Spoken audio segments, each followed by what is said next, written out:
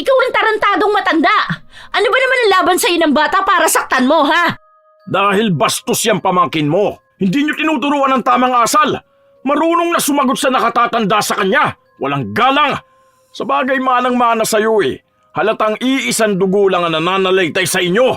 Mga walang modo, mga walang ya, mga bastos!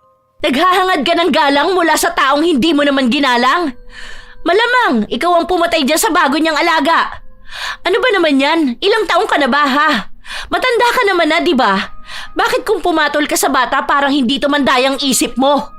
Isa pa, wala kang karapatang saktan ng pamangkin ko, ha? Hindi pa tapos ang atraso mo sa pamilya namin dahil sa aso mong nakakagat sa kanya. Ni hindi ka umako ng responsibilidad mo at ikaw pa ang nagmamatapang? Tandaan mo, may kaso ka pa. Hindi ibig sabihin na hindi pa kita na ipapakulong, tapos na ang laban. Wala akong pakialam sa anak mong pulis. Ang pag-aalaga ng aso ay isang responsibilidad na dapat ay pinagtutuunan ng pansin dahil minsan ay nagiging dahilan nito para sa ikapapahamak ng ibang tao sa paligid. Pero dahil sa kayabangan ni June, hindi niya pinapakinggan ng ibang tao kapag pinagsasabihan siya dahil sa kanyang alagang aso. Hanggang sa siya na mismo ang magbabayad ng pagkakasala niya gamit ang itim na kapangyarihan. Paano nga kaya niya magagawang takasan ang kamalian niya kung mas namumutawi sa kanya ang pagiging mayabang at mataas sa iba? Tita, tingnan mo po, may bago po akong alaga. Oh, saan mo naman napulot yan? Di ba ang sabi ng mami mo huwag ka mag-uuwi ng kuting? Nakakaawa naman po siya. Tingnan mo kasi tita, ang cute niya po oh. Nakita ko po sa basurahan. Naawa po ako kasi baby pa siya eh. Hay, ikaw talaga. Alam mo na nga nahikain ka. Mamaya niyan sumpungin ka na naman kapag nakalanghap ka ng balahibo. Alagaan na lang po natin ha. Ano pa ba ang magagawa ko? Andito na yan. Binitbit mo na. Tingnan mo oh, ang dumi na ng uniform mo. Sige na, magpalit ka na. Paliguan ko na muna tong bago mong alaga. Naku, yari ka talaga sa mami mo kapag nalaman niya to. Nasa ibang bansa ang ina ni Sky habang ang kanyang ama ay namatay na. Dahil walang ibang pag-iiwanan sa kanya, nasa pangangalaga siya ng kanyang lola at tiyahin na si Ash. Mabait at masipag na bata si Sky. Kaya tuwang-tuwa rin sa kanya ang mga kasama niya sa bahay. Dahil sadyang maaasahan talaga siya. Pagdating naman sa paaralan, matalinong bata rin siya. Sa sobrang pagkabibo niya, halos lahat sa mga kapitbahay nila ay natutuwa sa kanya. Isang hapon, nasa tapat ng bahay ang bata, nilalaro ang kanyang alagang kuting. Ito, kunin mo. Ayan, bumaliktad ka na tuloy. May hinihilang tali ang bata at iyon ang pinapahabol niya sa kanyang alaga. Hanggang sa lumabas ng bahay ang kapitbahay nilang dating guro na si June. Hindi siya tumitingin sa dinaraanan niya kaya nasipa niya ang kuting. Sa lakas ng pagkasipa niya, tumalsik ito sa pader. Hala, kawawa naman si Ningning. Nasipa niyo po siya, Kuya June. Bakit kasi paharang-harang yung pusa na yan? Hindi naman po. Naglalaro lang naman po kasi siya. Saan ba galing yan ha? Sa susunod, huwag kayong mag-aalaga ng ganyan dito sa atin. Kapag lumaki yan, magnanakaw lang yan ng pagkain. Akin na nga yan, papatayin ko yan. Hala, wag po Kuya June. Wag po, kawawa naman po si Ningning ko. Wag niyo po siyang apakan. Wag po! Walang awa si June na dinurog ang kuting gamit ang kanyang paa. Tumalsik ang dugo sa sahig at sa kanyang paa. Nang masigurado niyang patay na ito, umalis na siya at nang madaan siya sa may balding may lamang tubig, yun ang ginamit niya para hugasan ang kanyang paa na may dugo ng hayop na pinatay niya. Si Sky naman, umiiyak habang nakatingin sa kanyang alaga. Ningning ko, kawawa ka naman. Dahil sa pag-iyak niya, nakuha niya ang atensyon ng kanyang tita. Sumilip muna si Ash sa bintana bago siya lumabas ng bahay. Oh, ano nangyari kay Ningning? Nadaganan ba yan? Inapakan po siya ni Kuya Jun kasi ang sabi niya kapag lumaki na raw po si Ningning, kakainin daw po yung ulam nila. Tita, kawawa naman po siya. Ang liit niya pa po. Ay, sige na. Pumasok ka na sa loob. Ako nang bahala kay Ningning. Ililibing na lang natin siya. Iyak ng iyak ang bata, habang si Ash naman ay nakakaramdam ng inis sa kanilang kapitbahay. Noon pa man ay mayabang na talaga si June. Halos lahat ng tao sa kanila ay nakakaaway nito, pero sadyang napakayabang niya at hindi nagpapatalo. Habang nililinisan ng dalaga ang sahig, saka naman dumaan pabalik si June. Ayusin nyo yan ha, baka maglatak lang yan dyan. Ang dugyot pa naman kapag may tubig dyan. Nakakadirin dumaan. Ayoko pa naman nababasaan pa ako. Kuya Jun, bakit naman ganun ang ginawa mo sa kuting? Hindi ka man lang maawa. Alam mo na nga na inaalagaan yun ni Sky eh. Magiging magnanakaw lang ang pusa na yon. Ano, hihintayin ko pa bang lumaki bago ko patayin kapag nahuli kong nagkakalkal sa kusina namin? Isa pa, pusa ka lang naman yan eh. Ang daming ganyan sa kalsada. Buti sana kung mamahaling pusa yan, hindi ko yan papatayin. Isa pa, ang baho ng tae ng pusa. Hindi naman kayo inaano ng kuting ah. Tanga ka ba ha? Ilang taon ka na ba ulit? At ang hirap mo makaintindi? Nakapagtapos ka pa ng kolehiyo ng lagay na yan ha? Sinabi ko na nga ang dahilan eh. Wala akong pakialam kung walang ginagawang masama ang kuting. Dahil alam ko na kapag lumaki yun, malaking perwisyo na rin. Tumabi ka nga dyan, paharang-harang ka sa daraanan ko. Pigil ang inis ng dalaga habang nakatingin siya sa kapitbahay nila. Dating guro si June at nang maaksidente ito, tumigil na rin siya sa pagtuturo at nanatili na lang sa kanilang bahay. At dahil palagi siyang naroon, madalas na maging mainitin ang kanyang ulo. Palagi niyang iniisip na siya lang ang may ginagawang tama sa kanilang lugar. Mayroon din siyang alagang aso na madalas inirereklamo ng kanilang mga kapitbahay.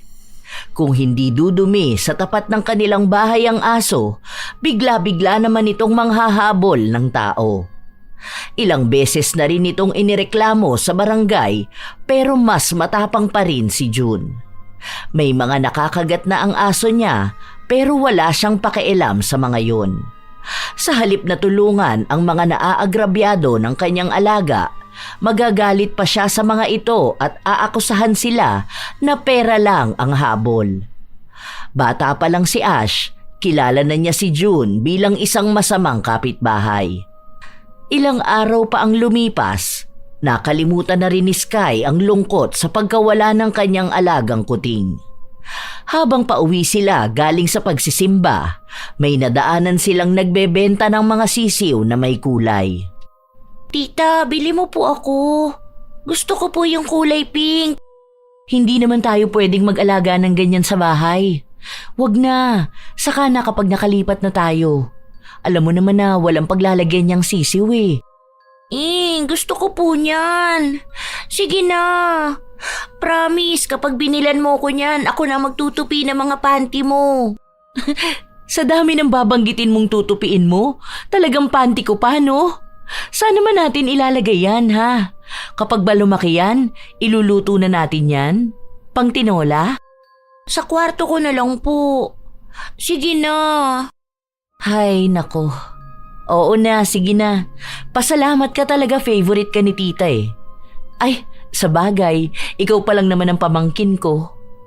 Tuwang-tuwa si Sky habang pauwi siya dahil bitbit niya ang sisiw na binili sa kanya ng kanyang tiyahin. Maingay ang sisiw pero dahil nasa loob lang naman yon ng kanilang bahay, sila lang ang nakakarinig. Isang gabi, umuwi si Ash galing sa kanyang trabaho. Naabutan niya ang kanyang pamangkin sa sala habang nilalaro nito ang kanyang bagong alaga. Aba himala, buhay pa yan. Sa amin noon wala pang isang araw patay na yan dahil sinasakal namin kasi ayaw kumain. Grabe ka naman, tita. Nananakal ka pala ng sisiw. Sige, tama yan, palakihin mo yan. Para kapag malaki na yan, may ihahanda tayo sa birthday mo. Ay, ayoko. Kawawa naman si Chiki. Aba ayos pati sisiw pinangalanan mo. May Chiki ka pang nalalaman. Nasaan pala si Mama? Nasa kusina po siya nagluluto ng ulam.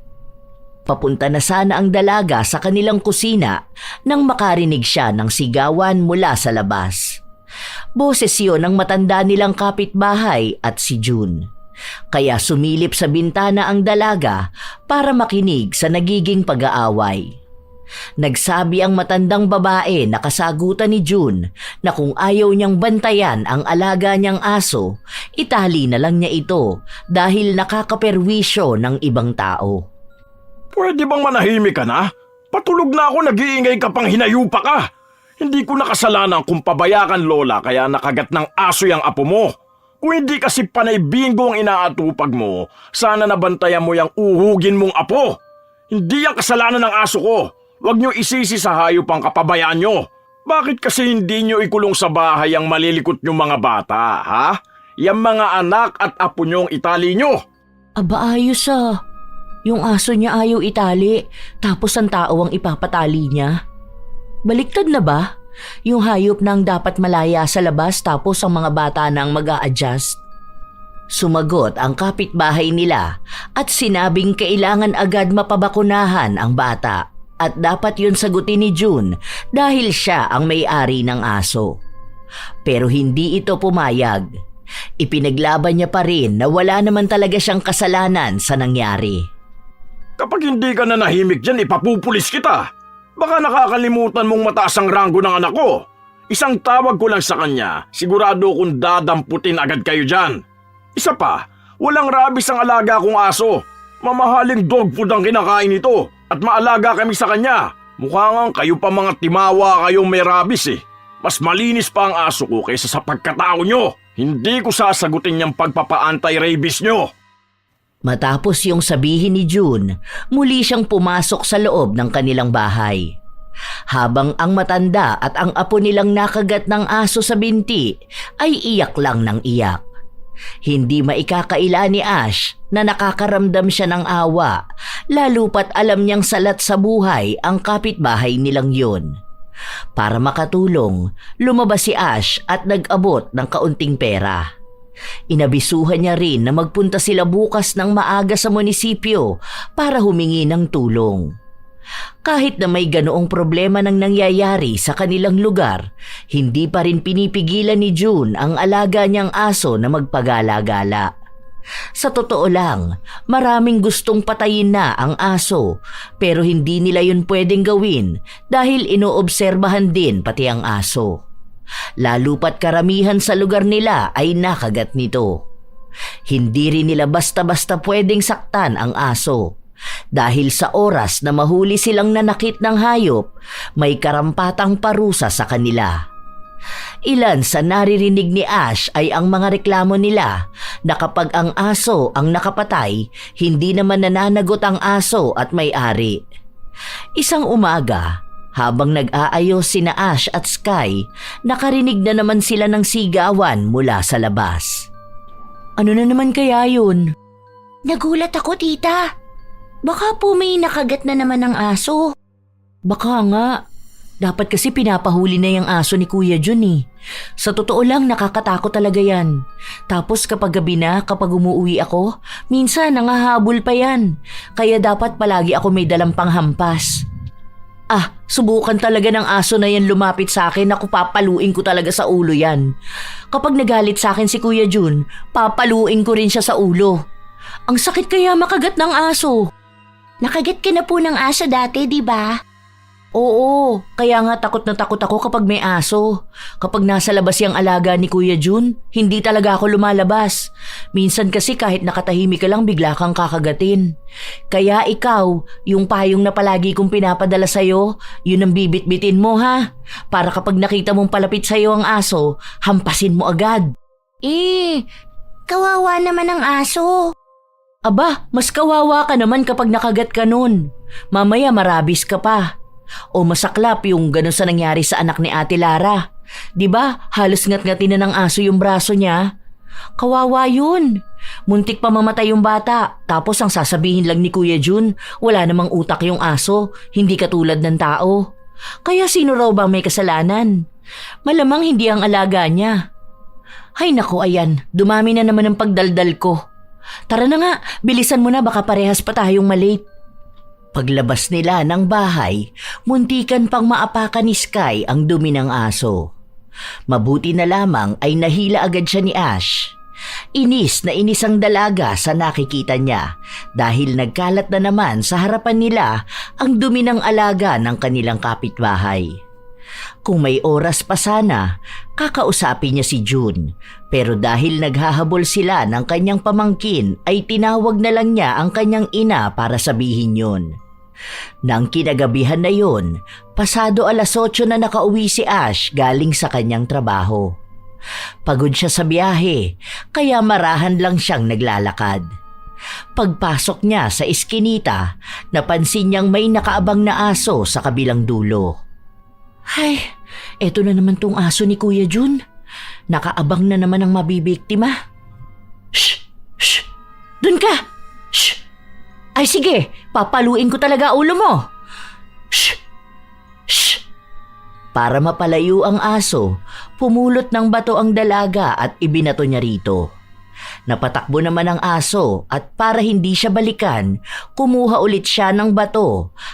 At sa paglapit sa kanya nito ay inihagis niya ang kanyang hawak. Doon naman dumating si June. Bakit mo binabato ang aso ko? Sira ulo ka bang babae ka, ha? Nandiyan ka naman pala, bakit hindi mo inaawat yung aso mo? Hindi ka naman siguro bingi para hindi mo marinig na tahol siya ng tahol. Kung hindi ko yung babatuhin, edi nakagat na ako niyan. Hindi ka naman kakagatin yan kung hindi mo sasaktan. Akala mo ba hindi ko nakita yung ginawa mo, ha? Ang laking bato niya, no? Kung ikaw kaya ang batuhin ko. Malamang Kuya Jun, natakot ako sa kanya. Alam mo naman na ang dami ng nakagat niyang alaga mo eh. Kapag nakagat ba ako niyan, babayaran mo yung mga araw na hindi ko maipapasok, ha? Sana kasi kung mag-aalaga ng hayop, matuto naman sana maging responsable. Hayop lang to. Siguro naman mas marunong ka mag-isip, di ba? Huwag mong i-consider na edukada ang tulad mo kung simpleng pag-intindi lang sa mga hayop, hindi mo pa magawa. Kaya pala animal lover ka kasi animal ka. Kung sana makita mo rin ang perwisyo ng aso na yan. Tingnan mo nga kung makapagkalat yan ng tae sa paligid. Mapapwisit ka. Wala kang modo. Baka gusto mong paduguin ko yung uso mo. Sige, subukan mo para magkaalaman tayo. Wala kang karapatang manakit ng ibang tao, ha? Makauwi na nga, nasisira lang ang gabi ko. Sige, isang lapit pa sa akin ang aso mo na yan, hahampasin ko ang ulo niyan. Bakas ang galit kay June dahil hindi siya makabawi ng salita sa dalaga. Pagkapasok ng bahay ni Ash, naabutan niya ang pamangkin niya na gising pa. Bakit ganyan kilay mo, tita? Nagagalit ka po? Naiinis lang ako. Oo nga pala, bakit gising ka pa? Anong oras na Matutulog pa lang po ako. Pinakain ko lang si Chiki. Medyo malungkot nga po siya eh. Bukas igagala ko siya. Bakit? Wala kayong pasok bukas? Wala po. Huwag kang palabas-labas dyan ha. Nababaliw na naman ang aso ni Kuya Jun. Kanina muntikan pa akong makagat. Gabi na kasi nasa labas pa yun. Dapat kinukulong niya ang aso niya eh. Patuloy na nagdadaldalan dalaga tungkol sa aso ng kanilang kapitbahay. Kinausap niya rin ang kanyang ina at nagtanong siya kung nakahanap na ba raw ito ng malilipatan nilang bahay. Matagal nang nais lumipat ni Ash dahil hindi na niya kayang pagtiisan pa ang kanilang kapitbahay. Kung ayaw magbago ni June, sila na lang ang lilipat. Pero ang sabi lang sa kanya ay hindi ito makahanap ng magandang lugar dahil ang huli niyang nakitang bahay ay binabaha kapag umuulan. Ang isa namang magandang bahay sana ay malayo naman sa trabaho ng dalaga. Kung doon sila lilipat, marahil ay mahirapan si Ash. Kinabukasan, tanghali na nang magising ang dalaga. Wala siyang pasok sa trabaho. Pagkalabas niya ng kwarto, nakita niya si Sky na nilalaro na naman ang alaga niyang sisiw. Lumalaki na yan May mga lumalabas ng white sa pakpak. Naku, malapit na yan iluto. Wag tita, kawawa naman si Chiki. Ano na lang kapag po mangingitlog siya. Nakita ko po sa TikTok na yung alaga po niya nangingitlog tapos piprito po nila yung itlog. Panay TikTok ka na naman ha? Kumain ka na ba? Nasaan si mama? Kumain na po kami ni mama kanina. Sabi niya pupunta siyang palengke. Ah, okay, sige. Kakain na muna ako. Ang sakit ng ulo ko eh. Habang nasa kusina ang dalaga, hindi niya alam na lumabas ng bahay si Sky. Sa totoo lang, wala naman talagang problema kung lalabas ang bata dahil madalas nasa tapat lang naman ng kanilang bahay ito pupunta. Katulad ng iba pang mga kabataan na kapitbahay nila. Ang iniisip lang nila, kaya ayaw nilang lumabas ito ay baka biglang magkaroon na naman ng problema ang alaga ni June at bigla itong atakihin. Nakaupo sa tapat ng pinto si Sky habang nilalaro niya ang kanyang alagang sisiw. Kapag lumalayo ang sisiw, hinahabol niya ito. Hanggang sa lumabas si June. Good morning po Kuya June. Tingnan niyo po si Chiki oh, malaki na po siya. Ano na naman yung inaalagaan nyo dyan sa bahay nyo? Kaya naman pala may naririnig akong maingay kapag gabi. Hindi naman po to maingay. Hindi na kumibo si June. Binuksan niya na lang ang gate nila, kung saan lumabas ang alaga niyang aso. Nakakatakot ito. Naglalaway at nanlilisik ang mga mata na nakatingin sa sisiw. Noong una, tahol lang ng tahol ang aso at palapit ito ng palapit sa bata. Kuya June, yung aso niyo po. Ano na naman ginagawa ng aso ko ha? Wala na kayo ibang nakita kundi ang aso ko ha? Yung aso niyo po papalapit na po sa akin. Hindi makagalaw ang bata. Naninigas siya hanggang sa biglang sumunggab ang aso at sakto na ang puntirya nito ay ang sisiw. Napasigaw si Sky na siyang dahilan para mapatakbo ang kanyang tiyahin. Naabutan niya ang bata na nakaupo sa sahig at umiiyak, habang ang aso naman ay may kinakain sa sahig. Nang makakita ng dugo si Ash, doon siya nataranta. Anong nangyari sa'yo? Nakagat ka ba? Tita, si Chiki po kinain ng aso. Ikaw, anong nangyari sa'yo? May kagat ka ba? Saan ka nakagat? Wala po. Pero si Chiki ko, tita. Sa inis ni Ash, kinuha niya ang tsinela sa gilid ng pinto at inihagis ito sa aso para umalis. At doon niya lang napansin na nakatayo lang sa tapat ng gate si June. Nakita mo na nga na nakakasakit yung alaga mo? Talagang kalmado ka lang dyan nakatayo? Paano kung nakagat niya ang pamangkin ko, ha? Tapos hinayaan mo lang na patayin ng aso mo ang sisiw na alaga ni Sky. Sisiw lang naman yan eh. Mamamatay rin naman yan. Isa pa, may nangyari ba masama dyan sa pamangkin mo? Wala naman di ba? Ikaw nga mapanakit dyan. Talagang binato mo pa ang alaga ko. Alaga mo, hindi mo naman mabantayan. Dapat pinapakuha na yung aso na yan eh. Magsusumbong talaga ako sa barangay. Parehas kayong perwisyo. Dapat kasi bantayan mo yung pamangkin mo. Ikulong mo dyan sa bahay nyo para hindi yan makagat ng aso. Talagang yung tao pa ang ikukulong? Di ba dapat yung alaga mo? Kung di mo yan kayang itali, mas maganda siguro kung leg mo na lang ang itali mo. Tutal, parehas naman kayo niyang alaga mo eh. May rabies ang utak.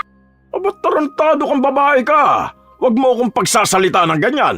Wala kang karapatan dahil wala kang alam tungkol sa buhay ko. Wala naman akong pakialam sa buhay mo. Wala kaming pakialam sa'yo.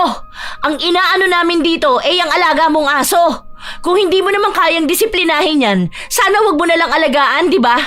Ang dami-dami na naming reklamo dyan sa aso mo pero hindi mo kami pinakikinggan. Gusto mo kami pa mag-adjust. Kami yung magtago sa mga bahay namin para maging malaya yung alaga mong magpagala-gala rito. Ang problema kasi sa inyo, ang alaga ko lang ang palagi nyo napapansin. Bakit? Ako lang ba may aso rito, ha? Paano naman yung iba dyan? Ikaw lang yung pabaya na amo. Yung mga aso nila mas maayos pa nga kaysa sa'yo eh. Kapag sinabi namin yung problema, ginagawa naman nila ng paraan. Kapag may mga dumi, sila na mismo ang naglilinis. Pag gabi na o alam nilang maraming bata, di ba nakatali naman ang mga alaga nila? Pero ikaw, akala mo pag-aari mo tong buong lugar natin para gawin mong playground ng aso mo? Kapag nasa labas yan, gusto mo kami ang magtatago? Dami mong satsat. Di naman maayos ang katwiran mo. Hindi ako ang problema kundi ang mga kakarampot niyong utak. Nagpatuloy na magsagutan ng dalawa.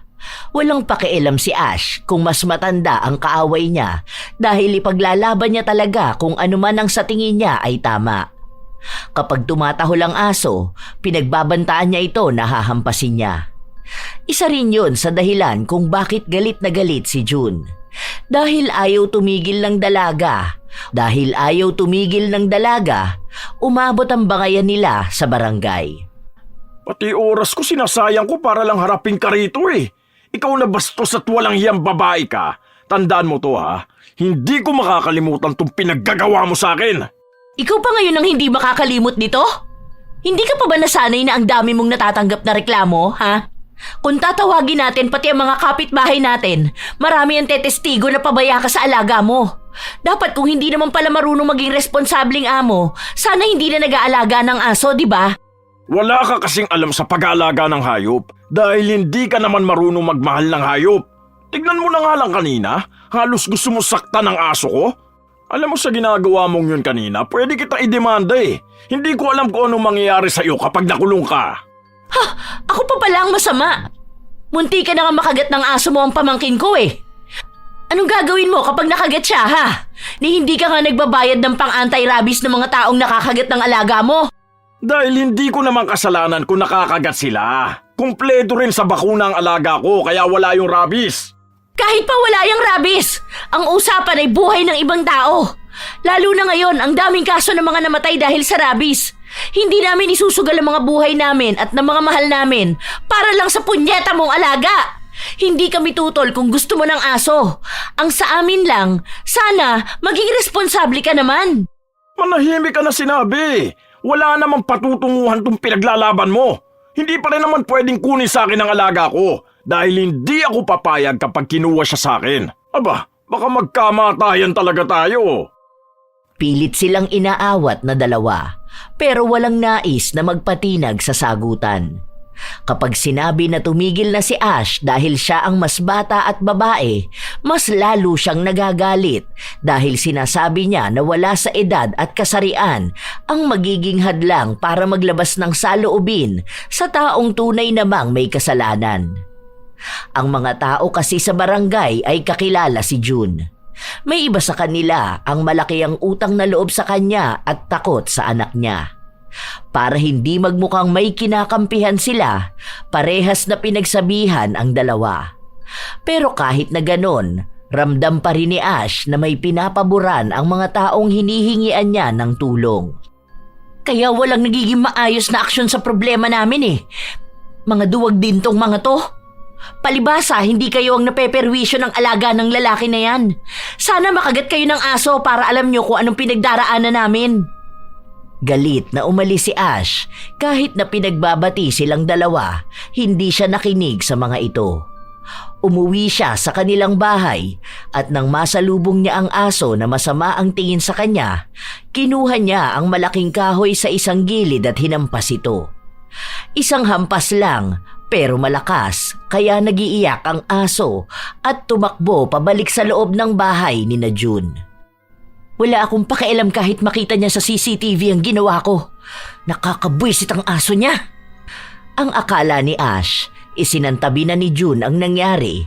Pero nang kinahapunan, habang nagluluto ang dalaga ng kanilang pagkain, biglang lumapit sa kanya ang pamangkin. Tita, may kausap pong pulis si Mama doon. Narinig ko po hinahanap po kayo. Ako? Bakit naman ako hahanapin ng pulis? Teka nga. Pinuntahan ni Ash ang kanyang ina na nasa labas pa rin habang may kausap na pulis. 2 pulis yun. Ang isa ay kilala niya, ang anak ni June. Sa kanya lang nakita si June nung lumabas siya ng pinto.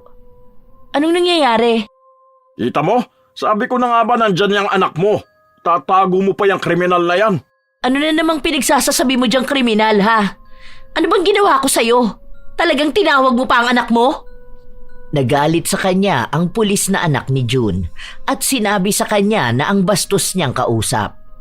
May kinakaharap daw siyang kaso dahil nakuhanan sa CCTV ang ginawa niyang pananakit sa aso. Sinabi rin sa kanya na may karampatang parusa ang sinumang mananakit ng hayop. Kaya raw naroon sila para dakpin siya. Joke ba to? Bakit niyo naman ako huhulihin dahil lang sa CCTV? Wala man lang nangyaring investigasyon, ha?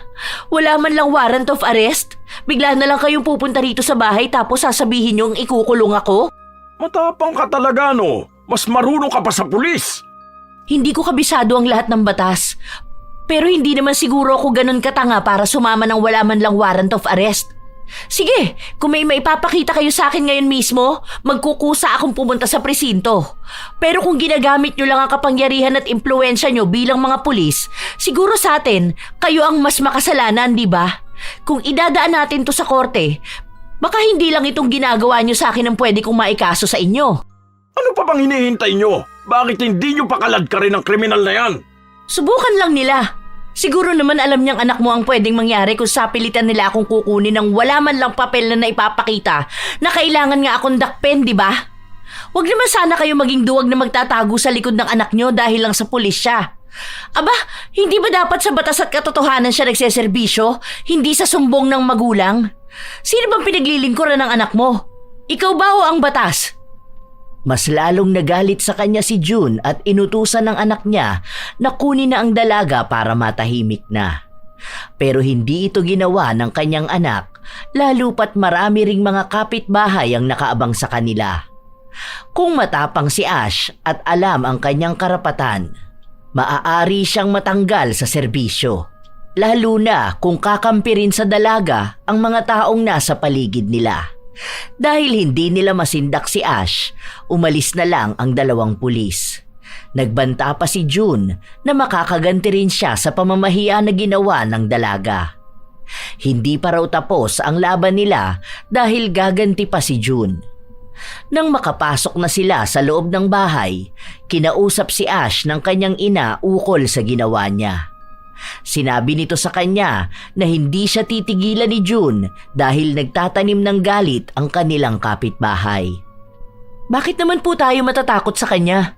Kung sa tingin niya lahat ng tao kaya nilang sindakin dahil lang sa pulis ang anak niya, may batas naman tayong kakampi. Ang hirap kasi kapag tinatakot ng mga ganyang tao, hindi na rin lumalaban eh. Kung lahat tayo matatakot sa kanila, ano na lang ang mangyayari sa katotohanan? Sinabi sa kanya ng kanyang ina na natatakot lang din siya sa maaaring mangyari sa kanila. Kilala nila si June. Kapag ginusto nitong gumanti, talagang gaganti ito sa kanila. Damay-damay na yun. Kaya po ganyan ang ugali niyan dahil akala niya lahat ng tao dapat matakot sa kanya. Nananahimik kasi ang mga tao eh, kaya ayan, feeling niya makapangyarihan na siya. Na kahit mali na ang ginagawa niya, kaya niya pa ring isipin na siya ang tama. Tapos kapag may umapila, gagamitin niyang panakot ang anak niya. Sino nga naman kasing hindi matatakot kapag may pulis na nasa harapan mo? Pero hindi lahat masisindak niya, no? Kaya wag po kayong matakot. Siya lang talaga ang halos lumalaban kay June. Ang ilan na rin kasi sa kapitbahay nila ay nasindak nila. Kahit na wala namang karampatang parusa, ginagamit ng kanyang anak ang kapangyarihan para magkulong ng tao. Yun ang nagiging mistulang babala para sa kanila. Pero para sa dalaga, hindi sa kanya tatalab ang ganoong mga bagay. Lalo pa at may alam siya sa batas. Ilang araw pa ang lumipas, palagi pa ring galit si June sa dalaga at nadadamay na rin ang kanyang pamilya. Sa totoo lang, wala namang pakialam si Ash kung galit si June sa kanila dahil hindi naman nila ito hinihingian ng tulong. Isang tanghali, nagluluto si Ash at ang kanyang ina nang mapansin nilang kulang sila ng rekado, kaya tinawag ng dalaga ang kanyang pamangkin para utusan ito. 2 pamintang durog tapos mantika yung nasa bote. At saka, ano pa bang kulang? O sige, bili ka na rin ng magic sarap. May sukli pa po? Oo, meron pa. Bili po ako pagkain ko. Sige, pero mamaya mo na yun kainin ha. Baka mabusog ka, hindi ka na makakain ng tanghalian. Bilisan mo na para mailuto na namin to. Sumunod naman kaagad ang bata. Sinasaulo niya pa ang utos sa kanya habang palabas siya. Ilang sandali pa, may kapitbahay na nagmamadaling pumasok sa loob ng bahay nila. Hindi pa ito nakakapagsalita, nakaramdam na ng kaba si Ash. At halos mahimatay sila nang marinig na nakagat ng aso ang bata at hindi lang basta sa paa dahil sa mukha at malapit sa mata. Nagmadali ang mag-ina na puntahan si Sky. Hindi na sila nag-aksaya pa ng oras para itakbo ito sa ospital dahil sa walang tigil na pagdurugo. Wala na rin silang ibang naiisip kundi ang kalagayan ng bata. Agad namang inasikaso si Sky nang madala nila ito sa ospital. Base sa sinabi ng doktor, 4 na beses nakagat ang bata. Isa sa paa, sa braso, sa pisngi at malapit sa mata. Nililinis na nila ang sugat at mamaya lang din ay tuturukan ang bata. Magiging okay si Sky, ma. Huwag ka na masyado mag-alala, baka mapano ka pa eh. Ako na lang ang tatawag kay ate mamaya. Hintayin na lang natin ang sasabihin ng doktor. Hindi tumitigil sa pag-iyak ang ina ni Ash. Nang muli nilang makausap ang doktor, nasabi na maayos naman ang bata pero kailangan pang obserbahan, lalo na sa kanyang kaliwang mata. Dahil kung may natama ang ugat, maaari itong magdulot ng pagkabulag. Malaking pinsala ang inabot ng bata dahil lang sa asong nakakagat sa kanya. Nang kahit paano ay kumalma na ang ina ni Ash, nagpaalam siya para umuwi sa kanilang bahay. Naiwan kasi nilang bukas ang bahay at nakatiwangwang ang pagkain na dapat ay lulutuin nila. Maghahanda rin ng pagkain ng dalaga para dalhin sa ospital. Habang naglalakad siya sa eskinita, nakita na naman niya ang aso na nakakagat sa kanyang pamangkin. Binato niya ito pero hindi natamaan, kaya napatakbo ito papunta sa bahay ni na June. May isa ring kapitbahay ang nagsabi sa kanya ng nangyari. Papunta raw ng tindahan si Sky nang bigla itong kagatin ng aso. Dahil sa takot ng bata, natumba siya sa lapag at doon na siya nakagat sa mukha. Pinigilan lang nila ang aso kaya hindi natuloy ang susunod na atake nito. Nanggagalaiti sa galit si Ash dahil sa kanyang mga narinig kaya agad niyang sinugod ang kapitbahay. Ano na naman ba yun? Ano na naman? Hindi mo ba alam kung anong ginawa niyang alaga mo? Ano, pagbibintangan mo na naman sa nangyari sa pamangkin mo, ha? Hindi kasalanan ng aso ko nangyari. Alam mo kung sino may kasalanan? Kayo! Bakit nyo kasi hinayaan lumabas yun? Hinayaan ba namin? Inutusan lang naming bumili sa tindahan at dahil dyan sa lintik mong aso, kaya kamunti ka na siyang mamatay. Ngayon, baka mabulag pa siya. Sinasabi ko sa'yo, pagbabayaran mo tong nangyari. Magsasampa ako ng kaso.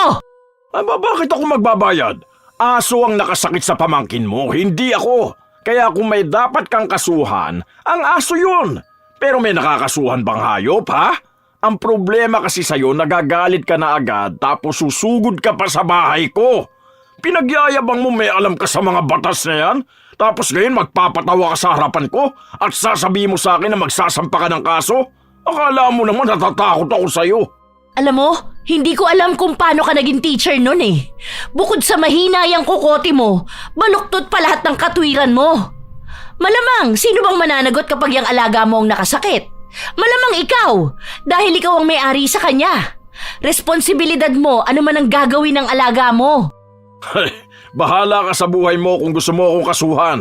Basta sinabi ko sa'yo, wala kang mahihita sa akin, ha? Mukha ka lang talagang pera kaya pinipilit mo ako sa obligasyon na hindi naman para sa akin. Tigil-tigilan mo yung pagpasa ng kasalanan, ha? Ala sige, doon ka na. Ang atupagin mo yung pamangkin mo, wag ako. Kahit na anong gawin ni Ash na pakikipagtalo sa kanyang kapitbahay, wala pa rin siyang nagawa. Dahil hindi talaga magpapatalo si June. Inasikaso na lang muna ni Ash ang kailangan niyang gawin para sa pamangkin, habang pinapatuloy niya ang pagsasampa ng kaso kay June. Hanggang sa dumating ang isang araw na bigla na lang nilang nabalitaan na namatay ang aso at ang dahilan daw nito ay pagkalason. Paano kaya yan, Ma? Ang sabi pa naman, dapat antabayanan din ng aso. Ay naku, kinakabahan talaga ako. May mga balita pa naman na kahit may anti-rabies na, pwede pa rin magkaroon ng rabies. May napanood ako niyan sa Facebook eh. Kumpleto naman daw ang bakuna, pero namatay pa rin. Duda rin ako na bigla na lang namatay ang aso o may nanglason. Kasi kung totoo na ibang tao ang lumason sa aso ni Kuya Jun, malamang nagwawala na yun. Ipapakita na niya yung CCTV o kaya ando naman ang anak niya para manghuli ng kung sino. Kaso wala eh. Tahimik lang siya. Feeling ko sinadya niya yon dahil alam niyang kinasuhan ko siya. Para masabi lang na wala na ang aso, kaya wala na siyang pananagutan. Ay naku, buwisit talaga yun eh. Kung ano-ano na lamang ang tumatakbo sa utak ng dalaga. Kahit na sabihin pang umaayos na ang lagay ng kanyang pamangkin, hindi pa rin maaalis ang pag-aalala. Lalo pat base sa kanyang mga nababasa at napapanood, mas delikado raw kapag sa mukha nakagat ng aso. Pero dahil namatay na ang aso, wala na silang mababantayan. Nakauwi na rin naman si Sky at nagpapagaling na. Wala namang naging problema sa kanyang paningin. Isang gabi, habang pinapakain ni Ash ang kanyang pamangkin, bigla na lang itong nagtanong sa kanya. Tita, inaway mo po ba si Kuya Jun? Bakit naman ganyan ang tanong mo sa akin? Wala lang po. Alam ko lang po kasi aawayin niyo po siya eh. Paano ko naman kasi palalampasin ang ginawa ng aso niya sa'yo? Tapos siya patong mayabang ng sobra. Sana makahanap na tayo ng lilipatang bahay. Ayoko na talaga rito. Dahil sa tuwing nakikita ko siya, nagagalit lang talaga ako. Baka kasi ikulong ka po. Kasi po, di ba po anak niya po pulis? Tapos po naaalala ko po dati may kinulong po sila. Huwag na po kayo makikipag-away. Maayos naman po ako. Hindi pwedeng hindi ako makikipag-away, lalo na kung umaasta siyang batas.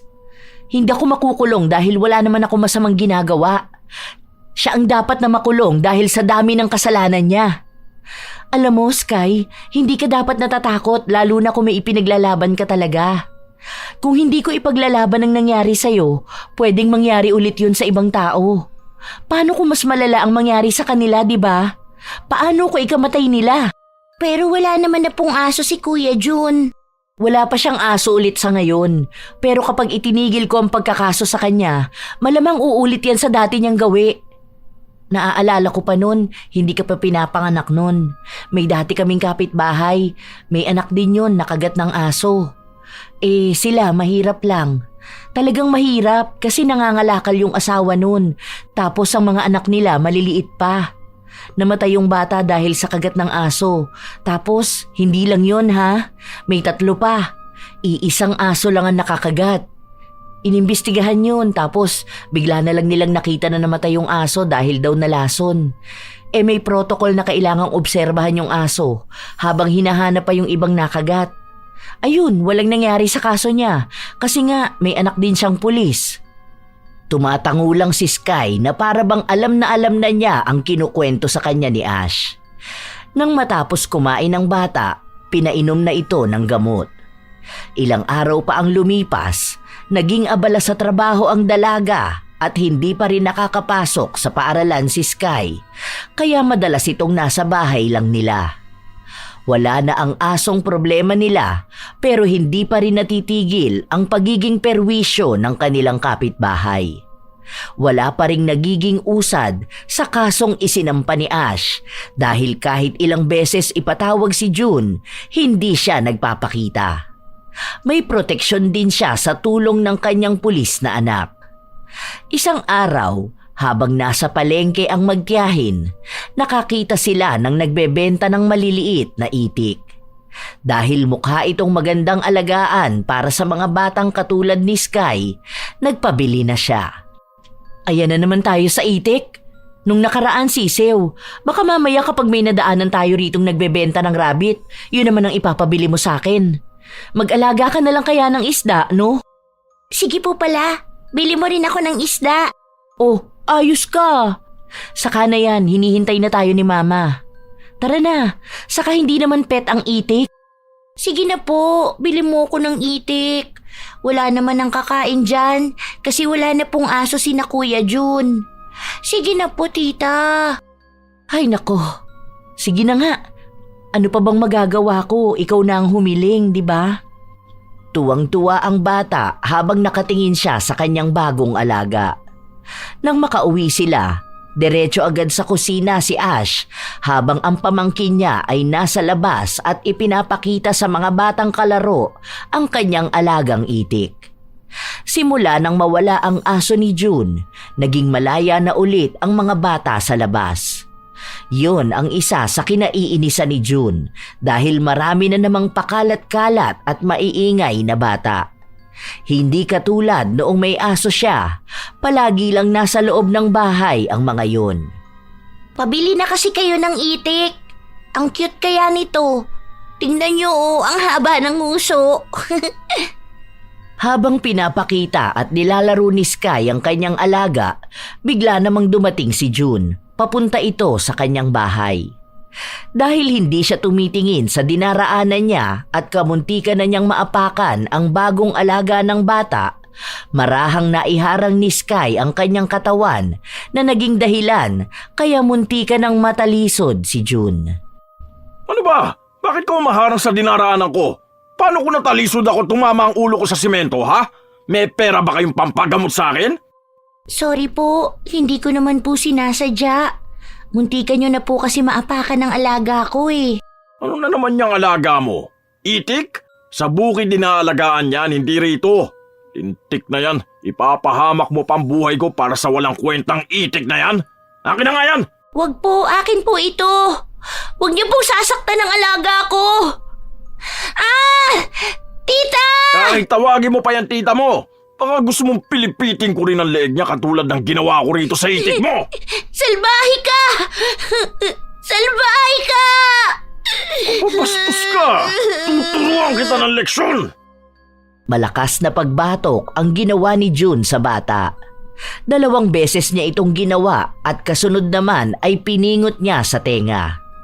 Yun na ang naabutan ni Ash at para mailayo ang kanyang pamangkin, itinulak niya si June. Dahil napalakas yun, napasandal sa pader si June, pero dahil hindi pantay ang pader, tumama ang likod nito sa nakausling bato. Aray ko! Ang likod ko! Animal kang babae ka! Tarantado ka! Ikaw ang tarantadong matanda! Ano ba naman ang laban sa'yo ng bata para saktan mo, ha? Dahil bastos yung pamangkin mo. Hindi niyo tinuturuan ng tamang asal. Marunong na sumagot sa nakatatanda sa kanya. Walang galang. Sa bagay manang-mana sa'yo eh. Halatang iisang dugo lang ang nananalaytay sa inyo. Mga walang modo, mga walang ya, mga bastos! Naghahangad ka ng galang mula sa taong hindi mo naman ginalang? Malamang, ikaw ang pumatay dyan sa bago niyang alaga. Ano ba naman yan? Ilang taong ka na ba, ha? Matanda ka naman na, di ba? Bakit kung pumatol ka sa bata parang hindi tumandayang isip mo? Isa pa, wala kang karapatang saktan ng pamangkin ko, ha? Hindi pa tapos ang atraso mo sa pamilya namin dahil sa aso mong nakakagat sa kanya. Ni hindi ka umako ng responsibilidad mo at ikaw pa ang nagmamatapang? Tandaan mo, may kaso ka pa. Hindi ibig sabihin na hindi pa kita na ipapakulong, tapos na ang laban. Wala akong pakialam sa anak mong pulis. Huwag mo ako hinahamon dahil kaya ko kayo ipapatay. Kayong buong pamilya. May pera ako at kaya kong magbayad ng tao. Mura lang naman ang buhay nyo eh, dahil mga pipitsugin lang kayo. Mag-iingat ka sa mga binibitawan mong salita. Dahil lahat yan, magiging laban sa'yo. Wala kang may panlalaban sa akin. Dahil kung sa kaso lang ang usapan, magkakaubusan tayo ng yaman bago nyo ako matalo. Tandaan nyo ha, hindi ako ang mauubusan ng pera kundi kayo. Wisit kang babae ka, masyado ka matapang! Dahil nagkaroon ng pasa sa katawan si June matapos niyang tumama sa pader, ginamit niya yon bilang ebidensya para kasuhan si Ash. Parehas na silang nagbabatuhan ng ikakaso sa isa't isa. Hanggang sa nagkakaroon na ng kaguluhan sa kanila. Matapang ang dalaga, pero mas matapang si June. Sa tuwing kukuha si Ash ng tetestigo, tinatakot naman ito ni June.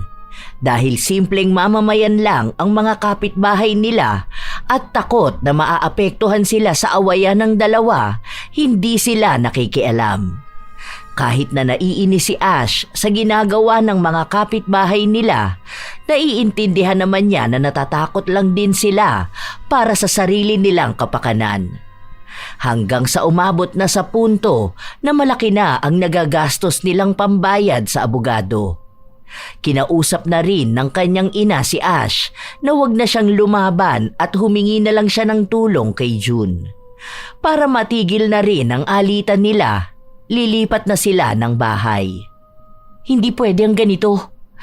Hindi ako papayag na mas mananaig ang kasamaan nila dahil lang sa mas marami silang hawak na pera.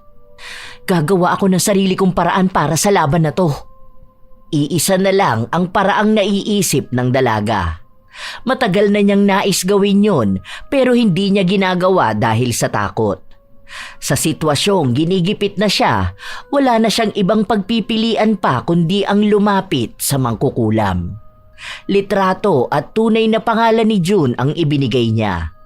Sa totoo lang, habang isinasagawa ang ritual, nais na sanang bawiin ng dalaga ang ginawa niya.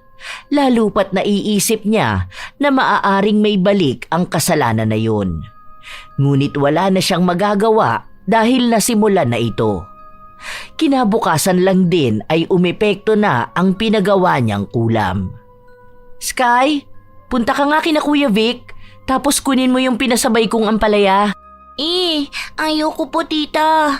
Ay, bakit ang tamad? Natatakot nga po ako. Natatakot ka saan? Kay Kuya Jun po. Para po kasi siyang aswang. Alam niyo po yung bibig niya naglalaway po, walang tigil. Nakakatakot po. Kaya nga po napauwi ka agad ako kasi ayokong makita. Baka mamaya bigla siyang mangagat. Hindi kumibo ang dalaga dahil alam niyang yon ang resulta ng kulam. Para masigurado na tama nga ang sinasabi ng kanyang pamangkin, lumabas siya para tingnan ito.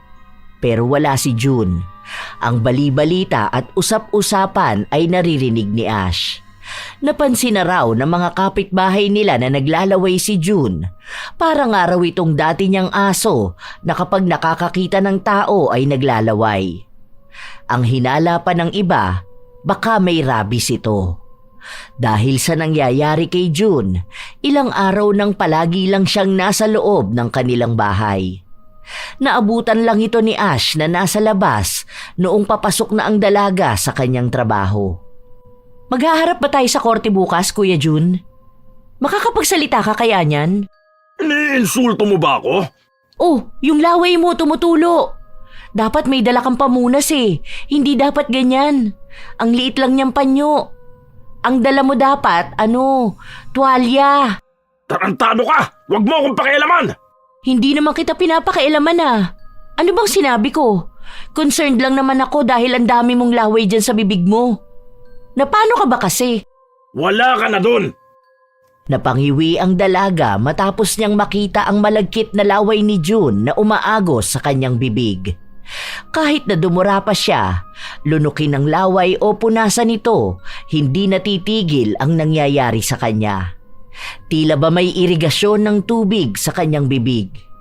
Kung titingnan, talagang nakakadiri ito. Ilang araw pa ang lumipas, hindi na natuloy ang kaso na nasa pagitan ni na Ash at June dahil hindi makapunta si June kapag pinapatawag siya. Hindi na rin niya iniisip ang bagay na yon dahil malaki ang problema niya sa kanyang sarili. Hindi lang paglalaway ang nangyayari sa kanya. Namumula na rin ang mga mata niya. Para siyang isang asong handang manakmal ng makakasalubong. Tita, alam mo po yung nangyayari kay Kuya Jun? Ano na naman? Ikaw, kakatambay mo sa labas nagiging tsismosa ka na rin. Hindi po nakikita naman namin yun ni Mama. Tanong mo pa po sa kanya. Oo na, alam ko na. Saka, hayaan mo siya. Kahit naman anong sabihin sa kanya, wala naman yung ibang pakikinggan, no? Nakakatakot po siya, no? Bakit po kaya ganun? Kapag nakikita po siya ng mga kapitbahay natin, iniiwasan na siya. Sabi nila, baka bigla po silang kagatin. Mukha na siyang aso. Deserve niya yun. Kapag masasamang tao kasi, ganun ang nangyayari. Lalo na kapag nagiging malaki ang perwisyo na ginagawa niya sa ibang tao. Kaya po pala sabi ni teacher, huwag kami maging masamang tao. Wala raw po kasing nagiging magandang dulot kapag ganun. Kaso po kapag nakikita ko po si Kuya Jun, naaawa naman po ako sa kanya. Baka siya na yung narabis dahil sa patuloy niyang pagtanggi noon sa mga nagawang kasalanan ng mga naging aso niya. Kung tutuusin, mas maraming buhay ang nawala dahil sa mga ginawa niya. Kahit pasabihin na hindi siya ang dahilan kung bakit namatay ang mga yon, malaki pa rin ang responsibilidad niya dahil alaga niyang aso ang pinag-uusapan. Kung sana naging responsable siyang amo, hindi naman magiging malaki ang pinsala ng aso niya sa kapaligiran. Ako po, kapag nag-alaga ako ng aso, gusto ko po yung mabait na aso. Kapag talaga may alagang hayop, magkakaroon ka rin ng responsibilidad kasi may chance pa rin talaga na makakagat ang alaga mo. Huwag mong hahayaan na maglakad kung saan-saan tapos hahayaan mo lang na makapinsala ng ibang tao.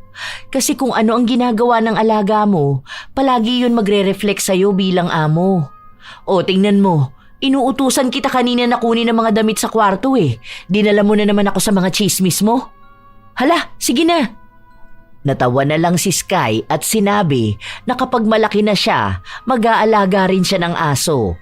Pero magiging maalaga at responsable siya para palaging ligtas ang mga tao sa paligid niya. Sa paglipas ng ilan pang mga linggo, nabalitaan ni Ash na galing sa ospital si June. Pero wala raw mairesetang gamot para matigil ang kanyang paglalaway at maging ang pamumula ng kanyang mga mata. Umuwi na rin ang isa nitong anak para may magbantay at mag-alaga sa kanya. Nang mapansin ni Ash na nakatambay sa labas si June, nagpanggap siya na naglilinis siya sa tapat ng kanilang bahay. Pasulyap-sulyap ang dalaga sa kabilang bakod kung saan naroon ang kapitbahay niyang kinulam niya. Mukhang napansin din siya ni June at sumama ang tingin sa kanya nito. Anong tinitingin-tingin mo dyan, ha? Bakit nagagalit ka? Masama bang mapatingin dyan sa pwesto mo, ha? Alam ko naman na sinisilip mo ko dahil gusto mo makita ang nangyayari sa akin, di ba? Ano naman ang pakialam ko sa'yo? Alam ko naman ang bali-balita na mukha kang may rabies. Hindi mo na pala kailangan ng panibagong aso Sa'yo palang takot na ang mga kapitbahay. Mas malala pa ata yan kapag nakakagat ka. Mukha ba ako nakikipagbiruan, ha? Bakit? Sinabi ko ba na nagbibiro ka? Totoo rin naman ang sinabi ko Mukha ka naman talagang aso na naglalaway dyan. Yung aso na kapag nakasalubong mo papasok sa eskinita, hahanap ka na kaagad ng bato dahil kung hindi mo babatuhin aatakihin ka. Ganon na ganon ang itsura mo ngayon. Kaparehas lang sa mga inaalagaan mong aso noon. Talagang ikinumpara mo pa ako sa aso? Kung kagating kaya kita ngayon para ikaw magkaroon ng rabies. Wag na uy! Agad na pumasok sa loob ng bahay nila ang dalaga. Nakausap niya rin ang kanyang ina at sinabi sa kanya na sa susunod na buwan ay lilipat na sila ng bahay. May nakita na raw yung sanlatira na malapit lang din. Masaya ang dalaga dahil ang ibig lamang sabihin nun ay bagong simula para sa kanila. Hiniling din ng dalaga na sana ay wala silang maging kapitbahay na katulad ni June. Sinabi naman ng kanyang ina na mukha naman daw maayos ang kanilang mga kapitbahay. May patakaran din daw doon na kapag may alagang hayop, dapat ay responsable sila. Huwag hayaan na dumumi sa tapat ng bahay ng iba at mas lalong huwag hahayaan na makasakit ng tao. Habang lumilipas ang araw, hindi na natuloy ang pagkakaso ni Ash. Iniisip na lang din niya na ang mga danyos na dapat bayaran ni June ay siningil na ng kulam. Ang pinagyayabang kasing pera ng kanilang kapitbahay ay unti-unti na ring nauubos dahil sa pagpapagamot niya. Pero kahit na sa mamahaling ospital pa sila magpunta, hindi naman siya magamot-gamot. Isang araw, nakita na naman ni Ash ang kanilang kapitbahay na nakadungaw sa labas ng gate. Payat na ito. Wala na ang matipuno nitong pangangatawan. Anong ginagawa mo dyan? Nakakagulat ka naman.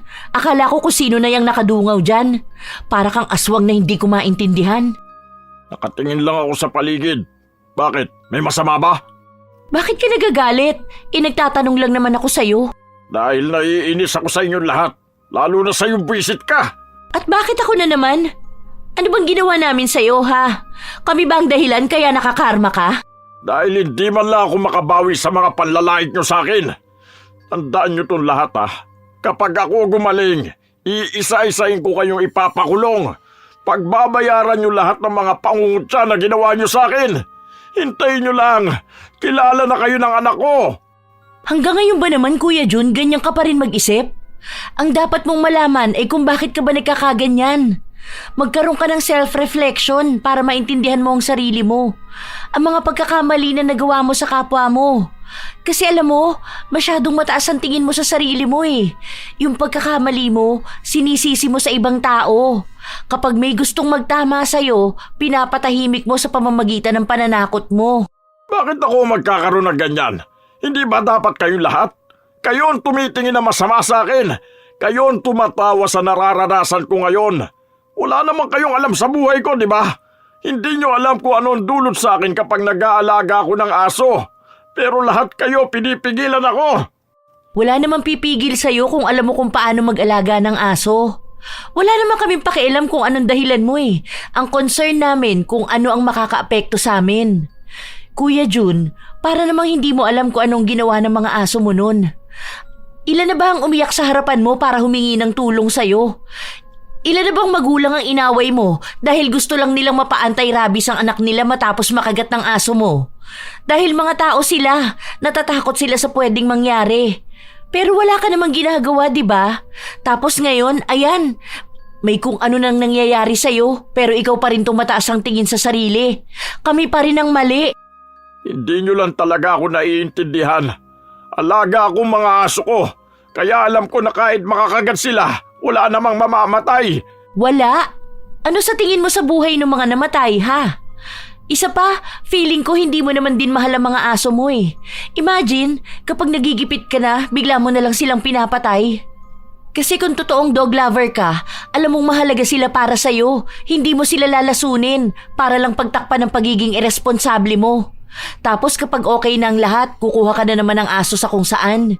Proteksyon ko sila. Kung wala akong aso, baka may magnanakaw ng pumasok sa bahay ko.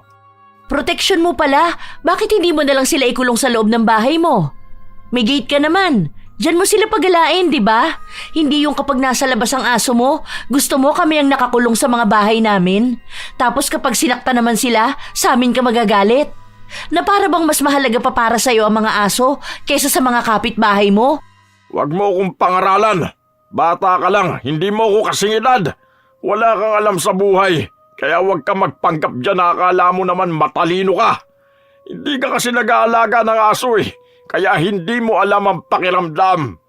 Isa pa, kahit na kailan hindi ako makikinig sa sasabihin ng mga taong mas mababa sa akin. Yan mismo ang problema sa'yo eh. Puro kapag mamataas, wala ka naman na ring ipagyayabang sa amin. Ano pa bang kaya mo? Tingnan mo rin kaya ang sarili mo sa salamin, no? Mas maayos pa ang asong kalye kaysa sa itsura mo. Ewan ko ba? Naaawa na nga ako sa'yo. Kaso wala naman nagbago sa pag-uugali mo. Siguro wala ka ng pag-asa. Hindi ko kailangan ng awa ng kahit na sino. Kaya ko ang sarili ko. At mabubuhay ako kahit na may sakit akong ganito. Hindi na umapila pa si Ash dahil tinanggap na niya na kahit anong sabihin niya kay June, hindi pa rin ito makikinig sa kanya. Sa sobrang taas ng tingin nito sa kanyang sarili, nagiging basura ang opinyon ng iba. Ilang araw pa ang lumipas, palapit ng palapit ang paglipat ng pamilya ni Ash. Nagliligpit na rin sila ng iba nilang mga gamit para maging mabilis na lang ang proseso kapag aalis na sila. Tita, kapag po ba lumipat tayo ng bahay, pwede na po ako mag-alaga ng papi? Ano na naman yung naiisip mo? Sabi mo kasi, kapag po lumipat na tayo, pwede na ako mag-alaga ulit ng gusto kong pet. Magpaalam ka sa mami mo. Mamaya kapag hinika ka, sa akin yun magalit. Hindi naman po. Sige na po, tita. Ay naku, ito na naman ang pangungulit mo. Kaya mo ba mag-alaga nun? Baka mamaya kapag nagbukas ka ng pinto, lumabas yun, tapos makakagat pa ng iba. Hindi po Magiging maayos po ako mag-alaga kasi po… ano po yun? Bakit po may sumisigaw? Ewan ko ba? San ba yun? Parang kina Kuya Jun yun ah. Ano kaya nangyari sa kanya? Agad na tumayo ang dalaga at lumabas. Sinilip niya kung anong nangyayari kay June pero wala siyang makita. Ang alam niya lang, galing sa loob ng bahay ang pagsigaw nito. Tulungan Ay, niyo Diyos ako! ko! Bahala na nga, papasukin ko na siya sa loob. Dahil nakasarado ang gate, inakyat pa ito ng dalaga para lang makapasok sa loob. Noong una, pinipigilan siya ng kanilang mga kapitbahay dahil iniisip nila na maaaring pakana lamang yun ni June para kapag pumasok sila sa loob, makakaisip ito ng paraan para ipakulong sila. Naroon naman daw ang anak nito, kaya bakit walang tutulong sa kanya? Pero ginawa pa rin ni Ash. Pagpasok niya sa loob, naabutan niya si June na nasa sahig at may mga dugo sa katawan. May isang aso na kagat-kagat siya sa paa. Tulungan mo ako! Mamamatay na ako rito! Kulit mo! Kumuha siya ng panghampas sa aso para lang bitawan nito si June. Matagal pa bago ito nangyari. Ayaw namang sumugod ng dalaga dahil malaki ang aso. Natatakot din siya na baka pati siya ay sakmalin. Hanggang sa nakapasok sa isang kwarto ang aso at doon ito ikinulong ni Ash. Agad niya rin namang tinulungan si June para dalhin sa ospital. Lahat sila ay nagtataka dahil ang alam nila ay wala namang aso si June. Nalaman lang ng dalaga nakabibili niya lang ng aso na yon at nang pakawalan niya ito ay sinakmal siya. Hindi muna umalis ang dalaga hanggang sa magamot ang mga sugat ni June. Wala rin kasi ang kanyang mga anak. Lumabas pala ang mga ito para magpunta sa palengke. Ano Kuya June, okay ka na ba? Baka mamaya nandito na yung mga anak mo. Aalis na pala ako ha? Huwag na muna. Samahan mo na muna ako rito. Ha? Bakit? Mag-aaway ba tayo? Hindi, pero hihingi ako ng tawad sa'yo. Alam mo ba kanina, habang kinakagat ako ng aso sa kung saan saang parte ng katawan ko, bigla ko naisip yung naranasan ng mga taong nakagat ng dati kong mga alaga. Ang sakit pala. Nakakatakot pala talaga. Parang na-trauma ako na kahit yata mag-alaga ng aso, hindi ko na ulit magagawa. Buti naman naisip mo yun. Akala ko kami na namang mga kapitbahay mo ang sisisihin mo sa nangyari sa'yo. Oo nga pala, inakyat ko ang gate nyo ha. Baka makita mo yun sa CCTV mo. Isipin mong akyat bahay ako. Kung hindi mo siguro ginawa yun, baka patay na akong maabutan ng mga anak ko, no? Hanggang ngayon takot na takot pa rin ako. Baka kasi akala ng aso pagkain ka. Butot balat ka naman na kasi. Tapos namumula pa ang mga mata mo. Tapos mas malaway ka pa sa kanya. O kaya akala niya mapanganib na aso ka. Bakit kasi nanguha ka na naman ng aso? Ayan, nakarma ka naman agad. Wala nga kasi akong makasama sa bahay. Tapos palalabasin mo na naman ang aso na yun. Kami naman ang sasakmalin. Ang laki kaya nun. Basta sorry na. Ngayon ko na napagtatanto ang mga sinasabi mo sa akin. Kaya pala talagang mahalaga maging responsable sa pagiging amo. Dahil nakakatakot pala talaga ang mga aso. Pwede silang makapatay. We, totoo ba na nagsisisi ka? Parang ngayon ko lang narinig na nagsorry ka. Oo, totoo yun. Napagtanto ko yung kamalian ko nung halos mamatay na ako. Parang biglang may kung anong sumagi sa utak ko para ipaalala sa akin yung mga ginawa ko eh. Ang dami kong mali. Ang dami kong naargabyado tapos sa halip na humingi ako ng tawad sa kanya, anong ibinigay ko? Masasakit na salita pa. Alam ko naman na mahirap na akong paniwalaan kapag sinabi ko na gusto kong magbago. Kasi bakit ngayon pa, di ba? Kasi malapit na ako mamatay. Bukod sa paglapa sa akin ng aso, Dito sa sakit ko na hindi ko matukoy, itong nakakadiring laway sa bibig ko, itong pagiging mukha kong asong galisin sa kalye, mapapatawad pa kaya ako ng mga tao sa paligid ko? Siguro kung totoo nga yung pagbabago mo at bukal sa loob mo yung pagsisisi mo, mararamdaman niya ng mga tao sa paligid mo. Patawarin ka man nila o hindi, dapat iparating mo sa kanila ang paghingi mo ng tawad. Wag lang sa akin. Wag lang sa salita. Ang mga salitang binitiwan ni Ash ang nagbigay ng lakas ng loob kay June para humingi ito ng tawad sa kanilang mga kapitbahay. Nang maging maayos na ang kalagayan ni June at pwede na siyang lumabas ng ospital, ang una niyang hiniling na gawin sa kanyang mga anak ay ang puntahan ang kanilang mga kapitbahay para hingian ng tawad ang mga ito. Inisa-isa niya. Kahit na ang ilan sa kanila ay hindi tinatanggap ang paghingi niya ng tawad dahil iniisip nila na kaya lang yun ginagawa ni June ay para lang magmukha siyang malinis at mabuti kapag namatay na siya. Ang ilan naman ay tinanggap ang paghingi niya ng tawad at nagbigay ng payo sa kanya. Sa paglipas ng ilan pang mga linggo, nanatili ang kakaibang sakit ni June. Palagi lang siyang nasa gate nila at nakadungaw hanggang sa dumating na ang araw ng paglipat ni na Ash. Kuya June, aalis na kami ha. Ingat ka na lang palagi. Hayaan mo, gagaling ka rin. Basta lagi mong tatandaan na maging mabuti ka na sa mga kapitbahay mo. Dahil sa totoo lang, ang mga kapitbahay mo lang din naman ang tutulong sa'yo sa oras ng pangangailangan. Salamat, Ash. Ingat kayo sa bago niyong lilipatan ha. Sorry talaga sa mga nagawa ko. At sa'yo rin, Sky.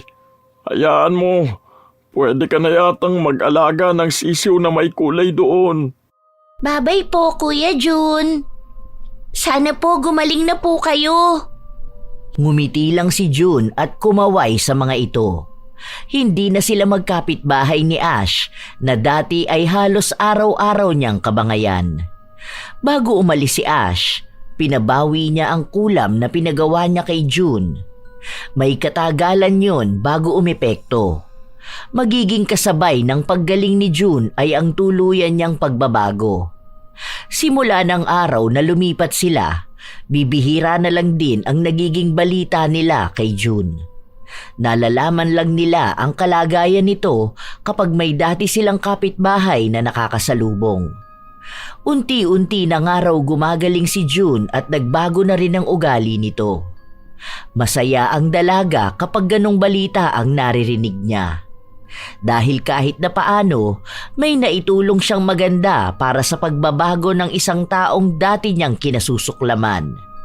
Isang hapon, umuwi si Sky na may bit-bit na tuta.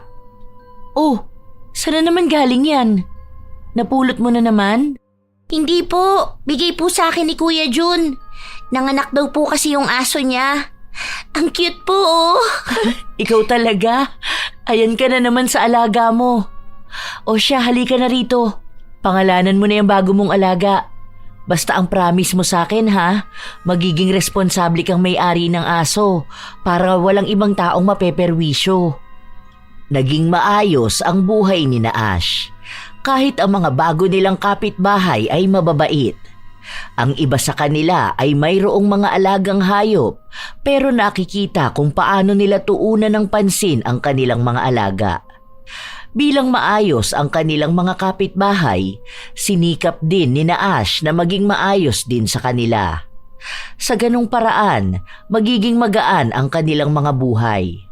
Walang magrereklamo, walang mapeperwisyo.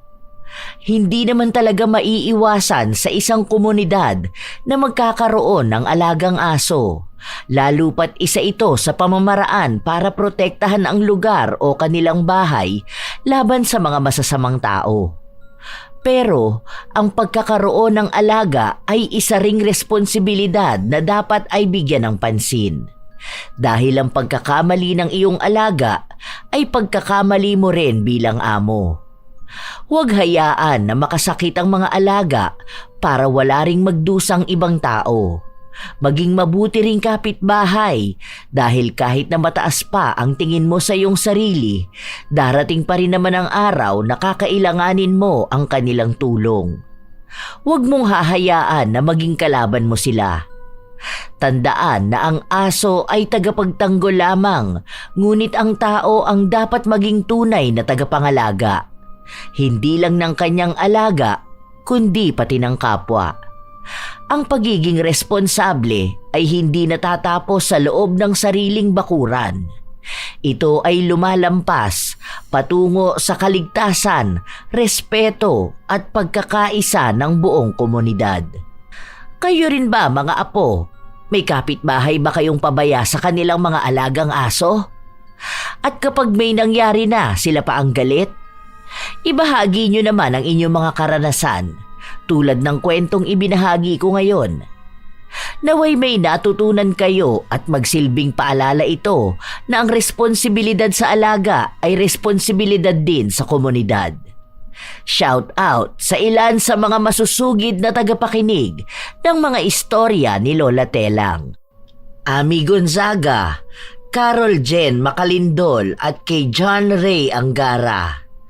Maria Therese Alimios, Bernaldo Soltillo, MJ Calvario, Erlinda Tolenada, Rowena Galilo, mga kabibo, Ace, Martina Angdasan, Relin Ape, Jenilyn Oruga, kay Molly Agunat at kay Nicole Agunat, Glenda Gilyado, Jessa Sikoy, Josephine Espino, Richelle Adapon, Rose Guevara, Remy Hervasio, Benjamin Herales, Marife Gonzales, Riz Magante, Evelyn Embanesido, Inigo Nolasco, Chris Alcantara, Mergy Jade Aroza.